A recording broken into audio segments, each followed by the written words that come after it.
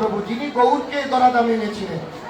আঙ্গিনার মালিককে শ্রীবাস, শ্রীবাসকে ছিলেন পূর্বলীলায় দেবশ্রী নারদ। মহাপ্রভু বললেন আমি চার জায়গায় থাকি। কোন চার জায়গায়? শ্রীবাসের অঙ্গনে, নিত্যানন্দের নর্তনে, রাঘবের ভবনে আর সচিমায়ের রঙ্গনে। শ্রীঅত্ত সুন্দর বাসত্ব গৃহ। যার হৃদয় থেকে অহংকার দূর হয়ে গিয়েছে, যার হৃদয় সুন্দর, তার হৃদয়ই মহাপ্রভুর বাস। এবার যজ্ঞ পরিচালনার দায়িত্ব কার? হোতা হইলা নিত্যানন্দ হরিনাম মহামন্ত্র। হোতা হইলা